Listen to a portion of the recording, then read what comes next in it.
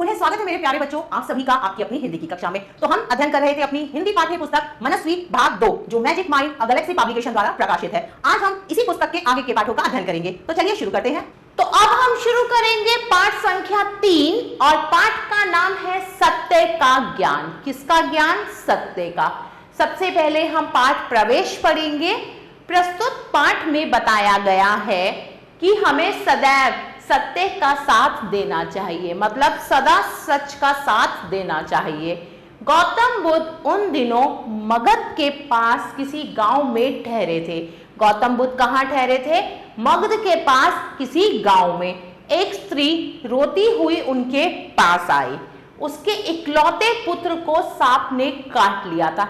इकलौता मतलब जिसका एक ही पुत्र हो, जिससे वह मर गया था। किसने काट लिया था उस लड़के को? सांप ने, और उसकी मृत्यु हो गई थी।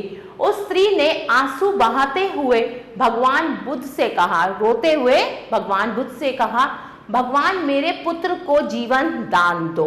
दुखियारी उसके बिना जीवित कैसे रह पाऊंगी, कि अगर बेटा मर जाएगा तो माँ कह रही है कि मैं कैसे जीवित रह पाऊंगी। बुद्ध ने उसे शांत करते हुए कहा, बहन दुनिया में कोई अमर नहीं है। ये जो दुनिया है इसमें कोई अमर नहीं है। जिसका जन्म हुआ है उसकी मृत्यु भी निश्चित है। सबको एक ना एक दिन मरना है। यह सुन के स्त्री जोर से चित्कार करने लगी और क्रोध में भरकर बोली। किसमें भरकर बोली? क्रोध मतलब गुस्से में। मैं आपके पास उपदेश सुनने नहीं आई हूं, मुझे तो बस मेरा पुत्र वापस दिला दीजिए, मतलब कि पुत्र को दोबारा जीवित कर दीजिए। मैं अपने पुत्र के प्राणों की भीख मांगती हूँ। गौतम बुद्ध ने कहा, अच्छा कहीं से एक मुट्ठी सरसों मांग कर ले आओ, तुम्हारे पुत्र को मैं शीघ्र ही जीवित कर दूंगा। शीघ्र मतलब जल्दी ही। किंतु स्त्री ने टोकते हुए पूछा, किंतु क्या भगवान? बुद्ध आंख बंद करके बोले, किंतु सरसों ऐसे घर से लाना जिसके परिवार में अभी तक कोई मरा ना हो, मतलब उस परिवार में किसी की मृत्यु ना हुई हो। स्त्री खुशी खुशी मगध की ओर चल पड़ी। कहाँ चल पड़ी? मगध की ओर।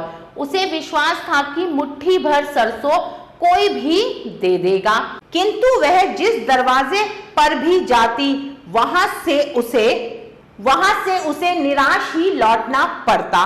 लोग उसे मुट्ठी भर सरसों देने के स्थान पर मन भर सरसों देने के लिए तैयार थे। एक मुट्ठी क्या, मन भर सरसों देने को तैयार थे।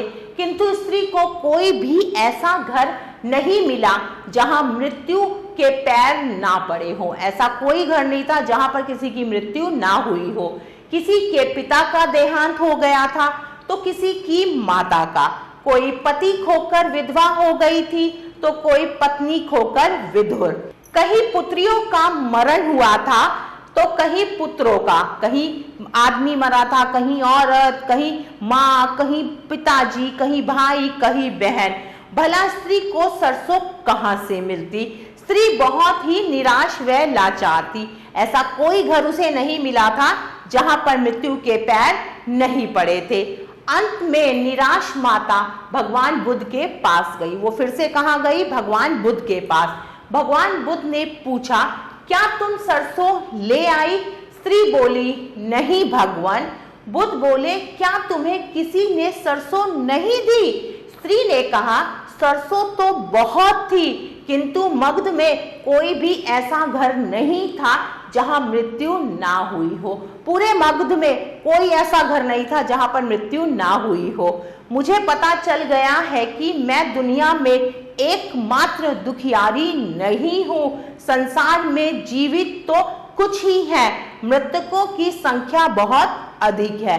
मतलब जो मर गए हैं उनकी संख्या जीवित लोगों के मुकाबले ज्यादा है। सभी लोग किसी ना किसी की मृत्यु के लिए दुखी हैं। उनका दुख देखकर मेरा दुख जाता रहा। गौतम बुद्ध ने स्त्री को उपदेश दिया, संसार में जो जन्मा है उसकी मृत्यु अवश्य भावी है, मतलब जो पैदा हुआ है वो मरेगा भी। यह संसार मिथ्या है, मृत्यु एक सत्य है, फिर भी लोग इससे डरते हैं। मृत्यु एक सत्य है लेकिन लोग फिर भी इससे डरते हैं तथा मरने वाले प्राणी के लिए रोते चिल्लाते हैं। यह उनके मोह का दुष्परिणाम है। किसका दुष्परिणाम है? उनके मोह का। यदि हम मोह जाल से मुक्त हो जाएं तो हमें मोक्ष मिलता है। अब तुम्हें सत्य का ज्ञान हो गया है, जाओ अपने पुत्र का अंतिम संस्कार करो। गौतम बुद्ध ने कहा कि अब तुम्हें सत्य का ज्ञान हो गया है, जाओ और अपने पुत्र का अंतिम संस्कार करो। किससे कहा? उस स्त्री से कहा। चलिए अब शब्दार्थ पढ़ते हैं। अमर, अमर का मतलब है जो कभी नहीं मरता। चित्कार, गला फाड़ फाड़ कर रोना। क्रोध, गुस्सा। टोकना, बीच में रोकना। विधवा, जिसका पति मर गया हो। विधुर, जिसकी पत्नी मर गई हो। दुष्परिणाम, बुरा परिणाम। अब समय है कुछ अभ्यास कार्य का। सबसे पहले हम मौखिक अभ्यास करेंगे। प्रश्न संख्या 1, उच्चारण का अभ्यास कीजिए। तो चलिए करते हैं।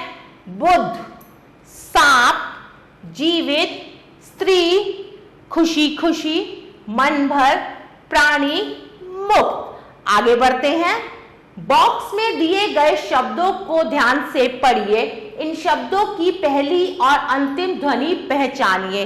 अब आपको शब्दों को पढ़ना है, इनकी प्रथम और अंतिम ध्वनि पहचाननी है। अब हम करेंगे प्रश्न संख्या 3, एक शब्द में उत्तर बताइए। बुद्ध के पास कौन रोता हुआ आया? कौन रोता हुआ आया? एक स्त्री। ख, स्त्री के इकलौते पुत्र को किसने काट लिया था? किसने काट लिया था? सांप ने। बुद्ध ने स्त्री से कौन से दाने मांगे थे? कौन से दाने मांगे थे? सरसों के। चलिए आगे बढ़ते हैं। अब हम लिखित अभ्यास करेंगे। प्रश्न संख्या 1, सही विकल्प पर सही का चिन्ह लगाइए। स्त्री के इकलौते पुत्र को किसने काट लिया था? बिच्छू ने, बिल्ली ने या सांप ने? तो सही विकल्प है सांप ने। स्त्री खुशी खुशी किसकी ओर चल पड़ी?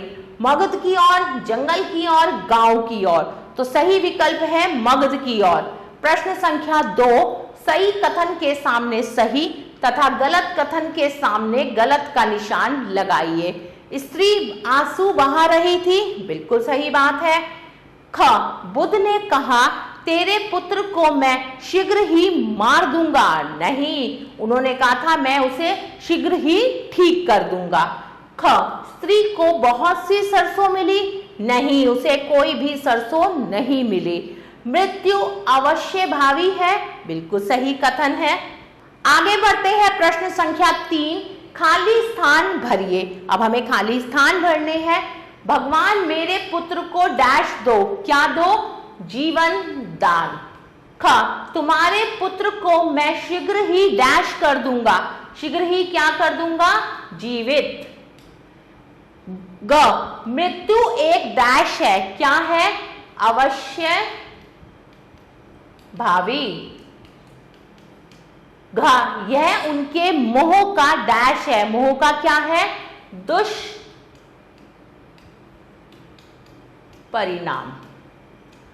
आगे बढ़ते हैं प्रश्न संख्या 4 की तरफ। किसने किससे कहा? अब कुछ कथन दिए हुए हैं, आपको बताना है ये कथन किसने किससे कहे।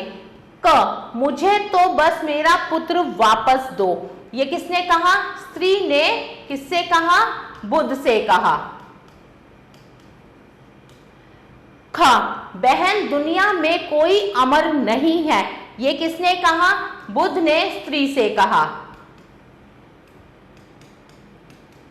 बाकी के दो आप स्वयं करेंगे।